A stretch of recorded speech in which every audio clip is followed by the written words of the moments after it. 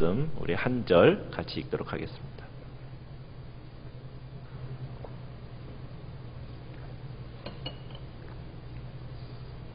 데살로니가전서 5장 18절입니다. 신약성경 333페이지입니다. 333페이지 데살로니가전서 5장 18절 우리 한 절 말씀 우리 합독하겠습니다. 시작.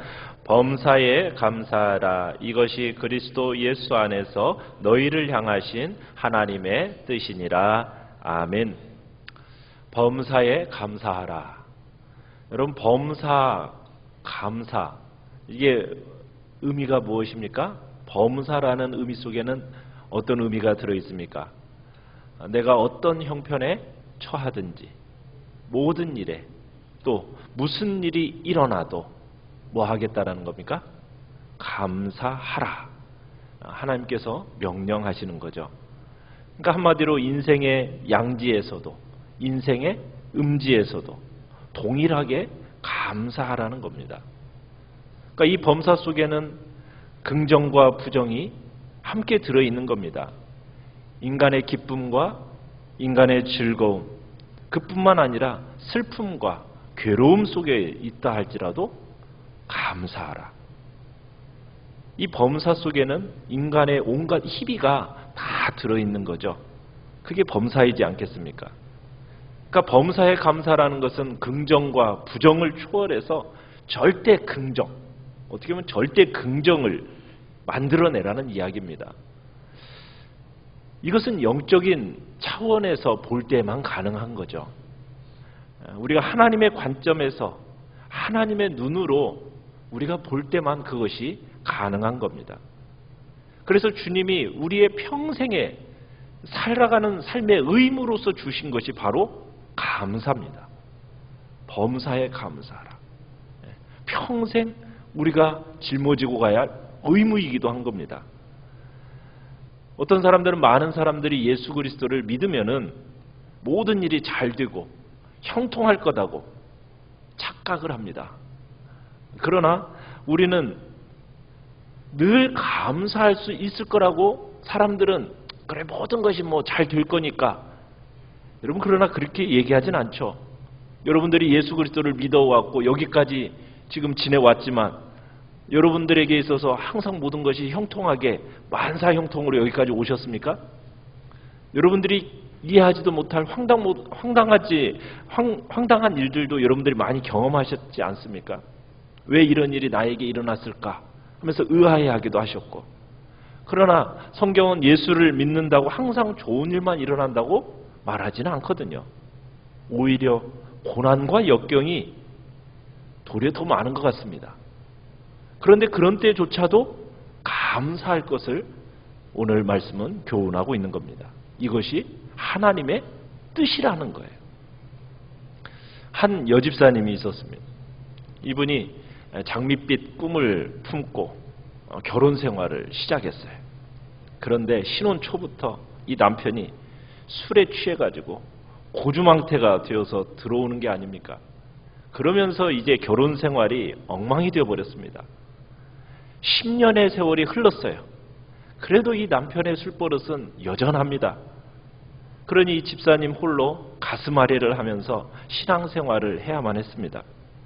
그러던 어느 날 토요일 늦은 밤, 늦은 시간에 여전히 변함없이 고주망태가 되어가지고 술에 잔뜩 취해가지고 만신창이가 되어서 집안 들어오더니 현관 입구에 쓰러져 버리는 겁니다. 그래서 이 여집사님이 겨우 끌어다가 이제 방 안에다가 눕혀놨어요. 그래서 매일 이렇게 내가 이 술주정뱅이 남편과 씨름하면서 살아야 하나 하는 그런 신세한탄을 하면서 하나님께 서운한 마음을 토로했습니다. 하나님, 왜 제가 이렇게 기도했는데도 불구하고 이 남편이 변하지 않는 것입니까? 왜 제가 결혼 생활을 이렇게 엉망으로 해야 되어야만 하는 겁니까? 하나님, 이제 저도 더 이상 못 참겠습니다. 10년 넘게 그렇게 쌓이고 쌓인 그 서름, 대성통곡하면서 기도 아닌 그 기도를 하다가 지난주 들었던 목사님의 설교 말씀이 불현듯 떠올랐어요. 범사에 감사하라. 그러면 기적이 일어난다. 그래서 감사할 게 하나라도 있어야 감사를 하죠. 그래 싶어서 이제 고민하다가 좀 우습기는 하지만은 그래 몇 가지 감사거리가 떠올랐어요. 옆에 바라보니 정신없이 코 골면서 자고 있는 남편을 쳐다보며 한심하긴 했지만 그래 그래도 없는 것보다는 낫다 싶어서 감사했습니다. 언젠가는 좋은 남편이 되겠지라는 그런 가능성이 있다고 생각하면서 감사했어요. 그래 저렇게 술은 취해도 다른 데 안 가고 집으로 찾아오니 그것이 참 감사하다 싶어서 감사했습니다. 그래 술은 좋아해도 그래 다른 여자라고는 나밖에 모르니 그래 이것도 감사하다. 다른 남편들은 술만 먹으면 그렇게 손찌검해대고 또 주사가 심해서 잠들을 그렇게 한숨도 못 잔다는 이야기도 한다는데 그래도 술 주사 안 하고 오면 잠만 자니 그래 그것도 감사하다. 술은 그렇게 많이 마셔도 아직까지 병원에 한 번 안 갔으니 그게 감사하다. 술 먹은 다음 날 아직까지 하루도 결근한 적이 없으니 감사하다. 토요일에 술을 더 많이 마시고 들어와서 주일날 어김없이 잠만 자니까 내가 교회 가도 방해받지 않아서 감사하다. 그렇게 참 감사기도라고 하기에는 너무 초라한 생각이 들어서 참으로 웃음이 나왔지만 불평보다는 낫겠다 싶어서 그렇게 감사하고 이렇게 감사했더니 속이 후련해지더래요. 그래서 기쁨이 생기는 것 같더랍니다. 그래서 계속 그냥 떠오르는 대로 그렇게 감사기도를 읊조렸대요. 근데 그때 이 남편이 목이 말라가지고 잠에서 깨어났어요.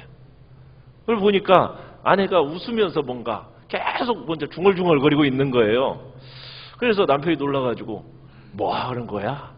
조심스럽게 이제 물었죠. 이 한밤중에 잠도 안 자고 도대체 뭐가 좋아서 혼자 싱글벙글 하고 있느냐고 그렇게. 그랬더니 이 아내가 여보 당신과 사는 것이 너무 감사해서 지금 이렇게 하나님 앞에 기도하고 있다고. 그러면서 지금까지 그렇게 기도했던 감사의 내용을 모조리 이렇게 말해줬대요. 그랬더니 이 순간 이 남편의 얼굴의 표정이 심각해지더래요. 그러더니 전혀 예상치 못한 반응을 보이더라는 거예요. 여보, 내가 술을 먹고 당신의 속을 그렇게 썩였는데도 나와 사는 것이 감사하다고 하니 고맙소. 이제부터는 내가 술 끊으려고 노력하겠어. 그리고 내가 교회 가는 게 그렇게 소원이라면 당장 내일부터라도 내가 나가겠어.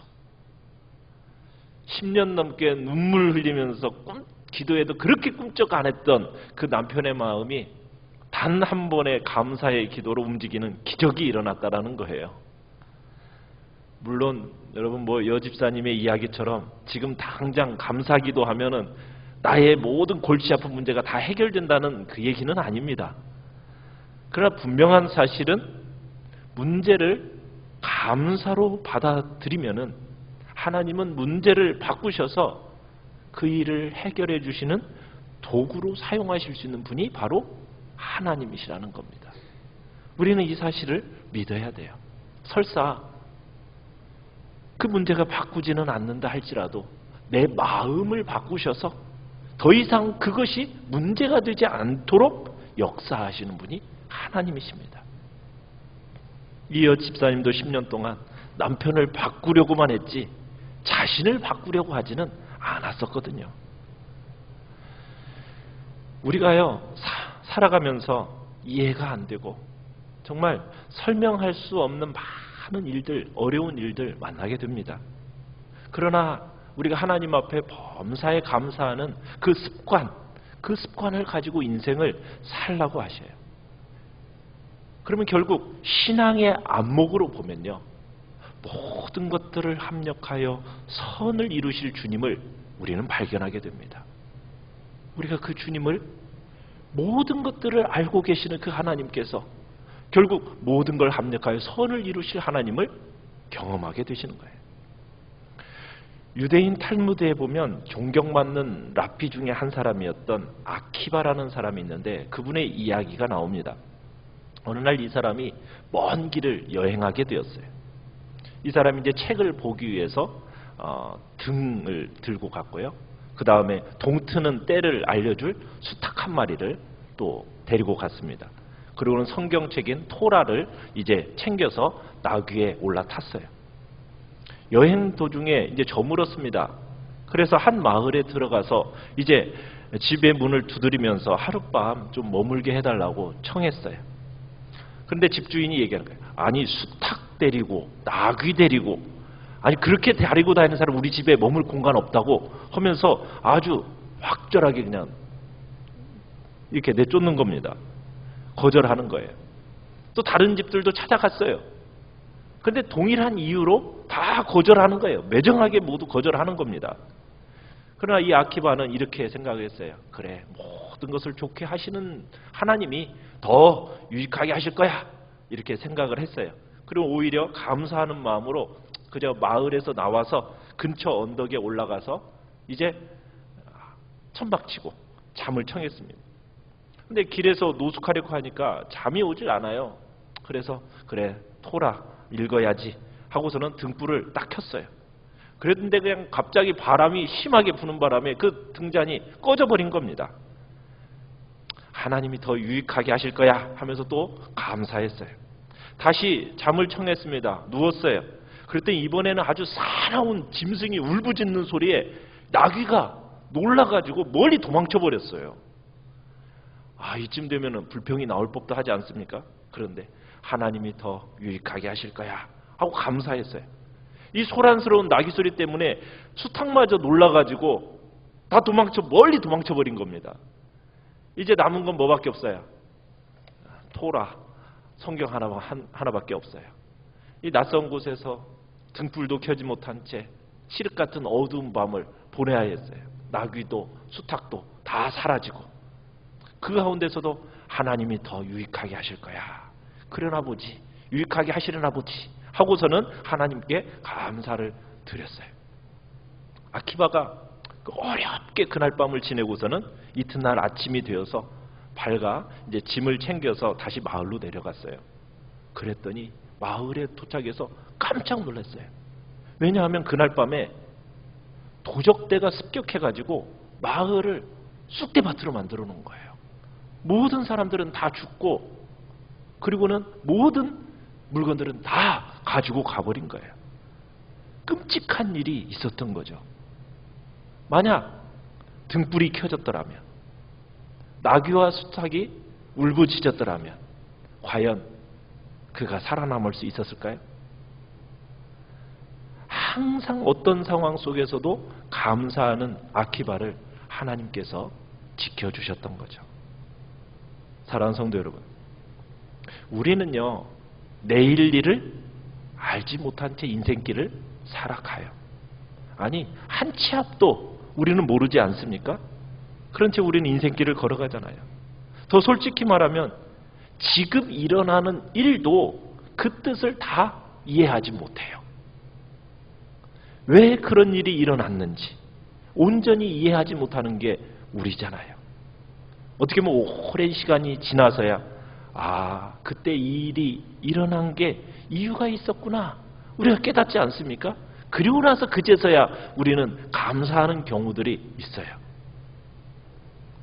뒷북치는 사람은 인생에 있어서 성공하기가 힘들어요. 그죠? 뒷북치는 사람들은.